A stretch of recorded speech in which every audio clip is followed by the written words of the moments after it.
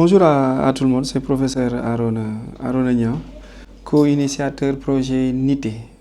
C'est un programme de tournée nationale sur le développement personnel, la motivation, tout ce qui touche en quelque sorte le dépassement de soi. L'idée nous est venue en quelque sorte par des séances qu'on a co-organisées ensemble dans des universités, dans des consortiums, dans des hubs, dans des centres d'incubation de jeunesse.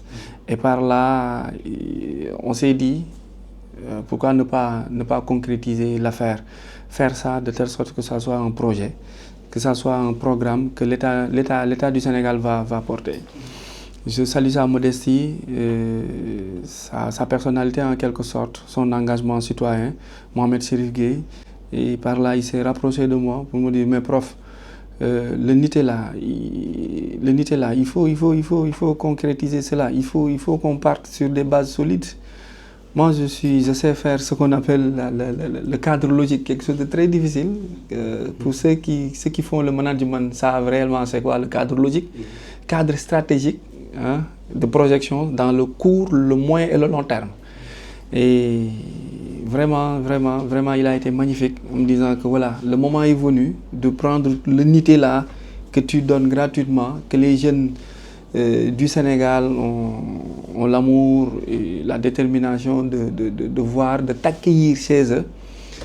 Moi, je vais t'accompagner, je vais t'aider à concrétiser cela. Et c'est par là que la rédaction est faite. On ne va pas citer le nom des directions et des personnes qu'on a eu à toucher qui n'ont pas réagi. Et par là, la primature a récupéré, je dirais entre guillemets pas récupéré, mais la primature a appuyé, a porté et a financé, je dirais, autorisé, accompagné le projet. Et c'est par là que l'idée est partie. Donc depuis le 21 octobre, on est à Dakar. Le 21 août, depuis le 21 août, on est en train de faire les 3 axes. Ça veut dire Dakar extrême Rufisque, Dakar centre, Dakar banlieue Guédiawaye et Dakar centre Ouakam. Et si on termine Dakar, on enchaîne avec la région de Thiès. Et on reviendra peut-être vers la fin d'année pour avoir fait toutes les régions du Sénégal, et les 14 régions, les 46 départements, et là. Mais pour le moment, focus, c'est l'activité du 13 samedi à 16h au niveau du monument de la Renaissance de Dakar, la Renaissance africaine de Dakar, à Ouakam, où 5000 jeunes seront attendus, 500 professionnels officiels, des membres coutumiers, administratifs, politiques, sportifs, artistiques, gouvernementaux en quelque sorte, qui seront présents, et aussi voire une dizaine, voire une cinquantaine de coachs en développement personnel, en motivation, en confiance en soi. Des coachs professionnels qui vont intervenir sur l'objectif, le but, la responsabilité, le véritable sens, parce que c'est un projet de transformation sociale. Ces temps-ci, on parle de transformation économique. Mais pour transformer économiquement un pays, il faut d'abord commencer à transformer systématiquement la population. Donc, c'est un projet de transformation sociale, c'est un projet de transformation systématique, c'est un projet de redressement social en quelque sorte. Donc, on va vers nos pairs, PAIRS, on va vers nos semblables d'abord, âgés entre 12 à 45 ans d'abord, pour leur donner le sens, leur inculquer la responsabilité, l'engagement citoyen, civique, civisme, moral, citoyenneté, patriotisme, pour voilà, avoir le nouveau type NTS, on peut dire le nouveau type sénégalais, le Sénégalais qui sera apte à aimer, à défendre, à croire en soi, mais à aimer, à défendre son pays. D'abord pour que la transformation et le redressement économique puissent se faire en bonne et due forme. Donc on peut dire que nous sommes actuellement des acteurs de la primature. Nous parlons au nom de la primature, on agit au nom de la primature. Tout ce qu'on fait, on le fait au nom de la primature. Donc ce projet est un projet, je dirais, de transformation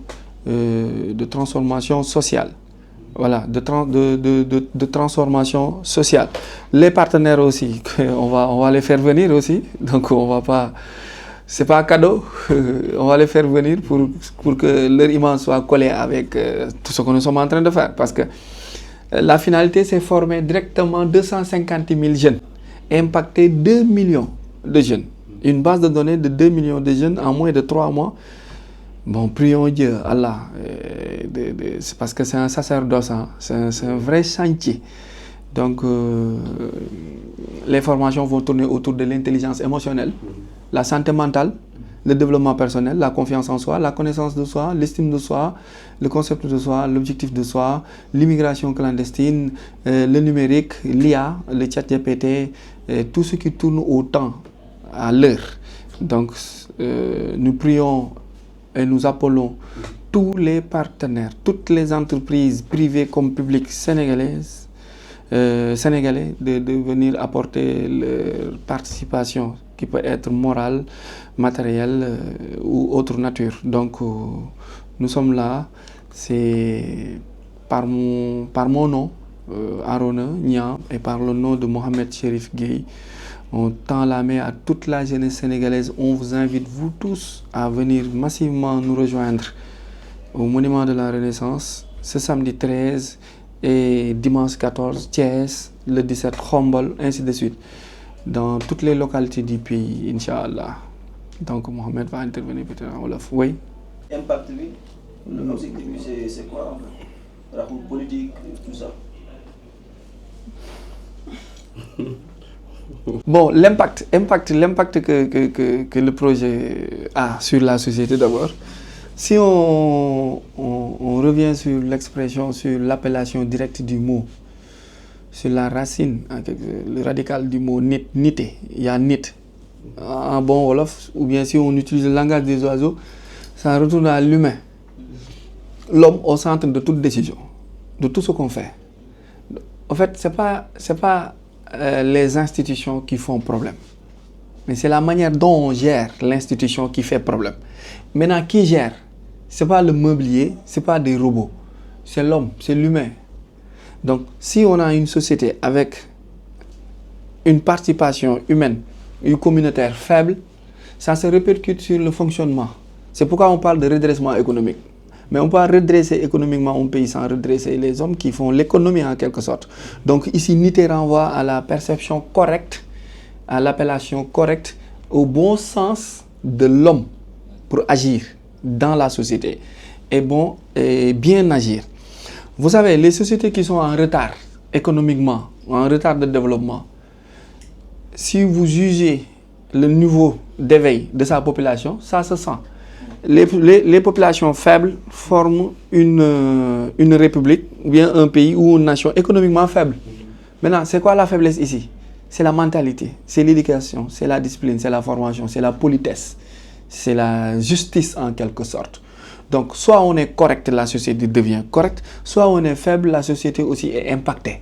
Maintenant, le nité là, en termes continental international, est appelé Ubuntu. On dit nité en Afrique, au Sénégal, mais quand vous sortez du Sénégal, vous allez entendre l'appellation Ubuntu, qui veut dire nité en Swahili, Lingala en quelque sorte. Donc l'Afrique est en train de se faire autour d'un concept plus profond que le patriotisme, mais c'est à partir du patriotisme que tu pars vers ce qu'on appelle le Ubuntu. C'est ici au Sénégal, en wolof, nité. Maintenant, nit bu juddoo, nit en appellation, en explication simple, moi lu nu nit, éclairer, tu as mis la lumière sur moi pour éclairer l'objectif. Maintenant, c'est ce nit là qui est éclairé, nit, soit à sa naissance, ils grandissent. On dit lire. Moi d'abord nit la, bu juddoo nit la, nit mooy lu am lumière. Mais buñ koy indexé wala buñ koy tudd directement dañ naan lire mooy leer, mooy lu am leer, mooy lu am lumière. On reste toujours dans lumière. Su commencé dëgër tuuti nekk xale mooy xal, mooy lu am xal luy lakke. Toujours on parle d'énergie, de chaleur, de tout ce qui impacte. su demee ba màgg bu jubee ñu ni dafa nite, su jubadee ñu ni dafa nite di. Maintenant bu deewee nekk néew mooy lu tuuti lu jeex tàkk, moo tax ñu koy takk di ko yeew di ko gas di ko suul parce que jeex na foofu Dieu dit rends-moi mon âme il a rendu l'âme parce que dafa judd yàlla def ci moom lumière boobu noonu lumière boobu c'est pour mu éclairer boppam d'abord maintenant bu fekkee ñun ñii salle bi dafa obscur man ma yor lumière Mohamed Chérif yor lumière Mariama yor lumière Ibou yor lumière Abdallah yor lumière Khalilullah yor lumière mais jarul ñuy wut lumière extérieure dañuy illuminer directement la salle maintenant nit ki il faut que mu xam ni moom d'abord moom mooy la principale lumière recherchée pour mën a influencer positivement sur les autres mais sur son cercle bu fekkee on parvient à avoir des coachs wala des gens yi nga xamante ni dañuy émaner de cette lumière là mais tache d'huile lay def on parle positivement on réfléchit positivement on pense positivement tout ce qu'on fait on le fait positivement da nga gis ni l'environnement commence à être positif parce que tout ce qui est positif et négatif day répercuter directement sur fonctionnement wu nit ki mais sur fonctionnement wu société bi parce que tout ce que tu penses se réalise et devient des faits moo tax il faut penser positif pour éviter de penser négativement exemple bi may joxe mooy kuy dem examen naan du ma am du am mais ku naan lii dama koy def da koy def quand Mohamed venait vers moi pour me dire que lii dañ koy def boo ko gëmuloon bu na amuloon pensée bu positif tey duñu yegg si fii donc cette pensée là c'est de la lumière que tu dégages qui fait venir les gens ñuy inspirer wu à partir de vous à partir de ce que vous faites pour mën a am nag benn lumière bu nga xamante ne day jaillissante donc on fait le pas les autorités viendront la nation viendra le grand cercle se rassemble petit à petit 2026 2027 2029 bëf nga gis ñu am mentalité bu bees xalaat bu bees teggin yar comportement après ñu jugee ci xamadi jugee ci mën naa ni ci reewande commencer dem ci xam ci ràññee ak ci def donc chantier boobu lañ bëgg a essayer yàlla nu yàlla may kàttan ak doole buñ ko réussir mais c'est pas quelque chose de facile mais quand même on va essayer après ñeneen bu ñëwee yeggal yi merci beaucoup. Bon, bonsoir à tout le monde. Man la Mohamed Chérif Gueye. Je suis le co-initiateur du programme NITE avec le professeur Arona Niang. ànd si tamit avec les volontaires de l'Union africaine ak ñëpp ñi nga xam ne que ñu ngi ciy jàpp boobu ba léegi ak primature à travers la direction du service civique national et du volontariat avec le colonel Kambel Dian moo xam ne que jàpp na ci bu baax depuis le début il a cru en nous ak Khoureychi ak ñëpp ñi nga xam ne ñu ngi ciy jàpp le groupe s'est élargi ay Kodou Kébé tout le monde est là de grands coachs et de grandes coachs aussi donc loolu moo nekkoon affaire bi. NITE comme ni nga ko xamee comme ni ko Arona waxee léegi NITE dañoo ñëw gis Sénégal ñu ni dañoo bëgg a def redressement économique et social comme ni ko waxee mënoo redresser économiquement sans nga def un redressement social. redressement social fi mu mën a jaar mooy ci jikko yi on veut toucher la conscience collective des Sénégalais naka lañ koy defee dem ci nit yi woo leen na leen nii lañ bëgg a demee Arona ñëpp ñu bëri xàmmee nañ ko. man ñu bëri xàmmee nañ ma yàgg nañ ci transformation sociale dañ ko doon def ci écoles yi ci universités yi ci gox yi comme ay Pikine seen jeunes et tout ça gars yi na léegi pourquoi pas ñu def ko au niveau national. loolu moom waaw da nga am humilité rek xam nga dañ ko def au niveau national xam nga gars yi jàpp si ñu mu dem donc au début comme ni nga ko waxee rek am na direction yu ñu ko waxoon ak yenn ministères yi xam nga ñu xaw a xam nga rek Sénégal mais primature jël ko porté ko xam ni que lii projet la bi nga xam ni que Sénégal mën na si jaaree ba foofu. parce que tey jii soo éduqué wul sa population mënoo xam fan mënoo am développement parce que dañ naan dis-moi quel peuple tu as je te dirai dis-moi quelle jeunesse tu as je te dirai quel peuple tu auras donc du coup loolu moo ñu gën a may jom ak fit ñu nekk ay jeunes dëkk ci dëkk bi bien formés aussi des jeunes bien formés def suñu cursus yëpp am ay expertise ci lu bëri donc ñu jël loolu yëpp boole ko yeneen jeunes yi nga xam ne que ñoo ñuy accompagner ne dañuy ñëw transformer la conscience collective des Sénégalais.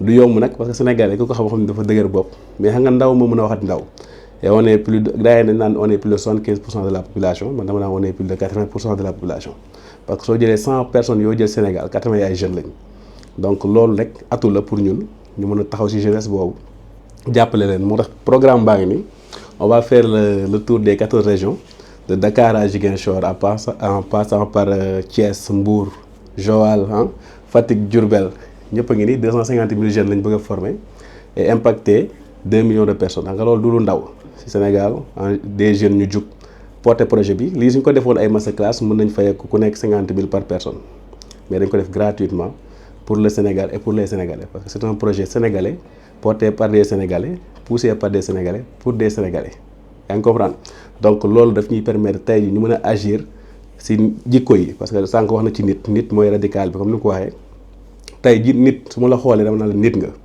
mais si gis-gis laay wax ni nit nga mais sa jëf laay mën a natee que sam da nga nitee wala nite yi donc du coup jikko boobu jëfin boobu noonu si lañ bëgg a agir pour mu nekk positivement pour que au moins Sénégalais yi jàng ci xam ni que tey jii nii yoon bu baax bi lañ bëgg a jaar fi lañ bëgg a jaaral nit yi loolu tax tey ñu woote programme bi mu nekk programme boo xam ne que c'est une première mën naa ne au Sénégal depuis 1960 déggoo programme bu mel nii ay jeunes ñoo ko kii xam nga des jeunes ñoo ko entouré am na ay mag nag ñu nekk ci kaw xam nga parce que des jeunes mënuñu def lii moo tax ñu teg programme bi mu nekk une innovation.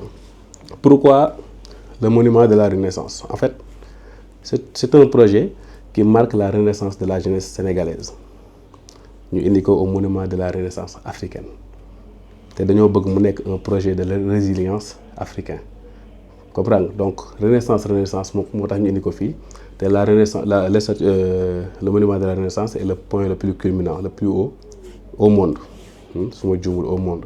Donc, niveau boobu lañ bëgg a indi avec plus de 5000 jeunes qui viennent des régions du Sénégal des départements koñ par koñ dëkk par dëkk xam nga chef de quartier bàyyiwuñ chef de village pas maire xale lii di sax dañuy ñëw seetaan si suñu mënee Guinée yi sax ñëw seetaan si parce que tey jii dañoo mën a éduquer ñëpp parce que dañu nite comme si koppar gi dañ koy utiliser nite si justice bi nite justice nite politiciens yi dañu war a nite aussi waaw nite éducation yooyu yëpp ay concept la yoo xam dañ koy dégager à partir de luy global mooy nité bi si la ñuy génnee yenn concept yu ndaw yi donc c'est ça nité voilà su fekkee am nga question.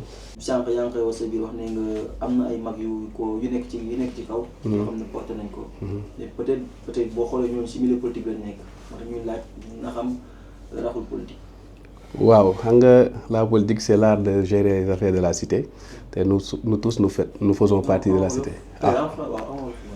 waaw politique lépp ci àddina politique la yonente bi sallallahu alayhi wa sallam sax da doon politique donc politique daa am lu ñu koy déggee dégg la laaj wax boo gis dégg la laaj te suñu maam dañu doon wax ni que su bëggee am nopp yu am barke boobu ba am barke ay nopp yu dégg ci war a sax donc dégg la le mot n'a de sens que dans son contexte moo tax tey jii nii li nga wax nii mënuñu ko exclure à 100% mënuñu ko inclure à 100% parce que tout est politique dans la vie moo tax tey jii nii ñi ko porté ça veut dire c'est un soldat moo porté yaa ngi nag direction du service civique national et du volontariat c'est un colonel à la tête ñëpp xam nañ ne l'armée est apolitique comprendre donc foofu mën a fa wax politique mais nag direction boobu dafa am koo xam ne moo nekk ci kawam mooy primature mooy mën a doole parce que ñun rek suñu xalaat la ñu am suñu expertise la ñu am mais les moyens yi nga xam ni que mooy tax affaire bi am du dépendre si ñun si kilifa yi lay dépendre donc loolu lay demee loolu rek lañ ci mën a wax li nga xam ni que tey touché wul politique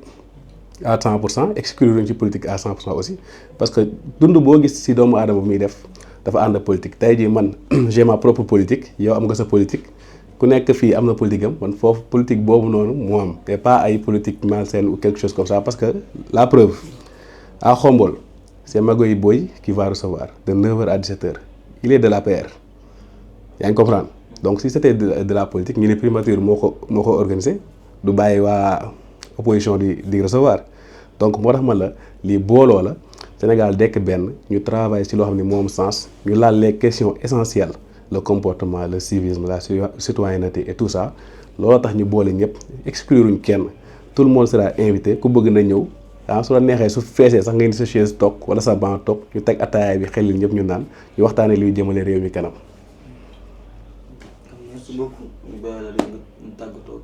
waaw maa ngi tàggatoo di jox ñëpp ndaw ñi Sénégal gi yëpp région comme ni ko waxee dëkk par dëkk quartier par quartier ruq par ruq kër par kër chambre par chambre ñu ngi leen di woo le 13 incha allah fii ci monument de la renaissance africaine pour un projet de renaissance africaine pour li nga xam ni que day boole jeunes yëpp ñu dem vers l'essentiel le 13 ku yéex tardé l'heure c'est à 16h incha allah à 16h tout le monde sera là ñu commencé y aura toutes les autorités étatiques coutumières et communautaires toute la jeunesse sénégalaise est appelée ñëpp woo nañ leen entrée gratuite dina am tamit prestation des coachs d'envergure d'artistes aussi et ñi nga xam ne que tey ñii ñu ngi xam que développement personnel la ñu leen xamee ñu nekk ay sénégalais ay doomu Sénégal ñu fier ci ñoom dinañ ñëw di leen woo di leen xaar di leen wax ne ba le 13 incha allah.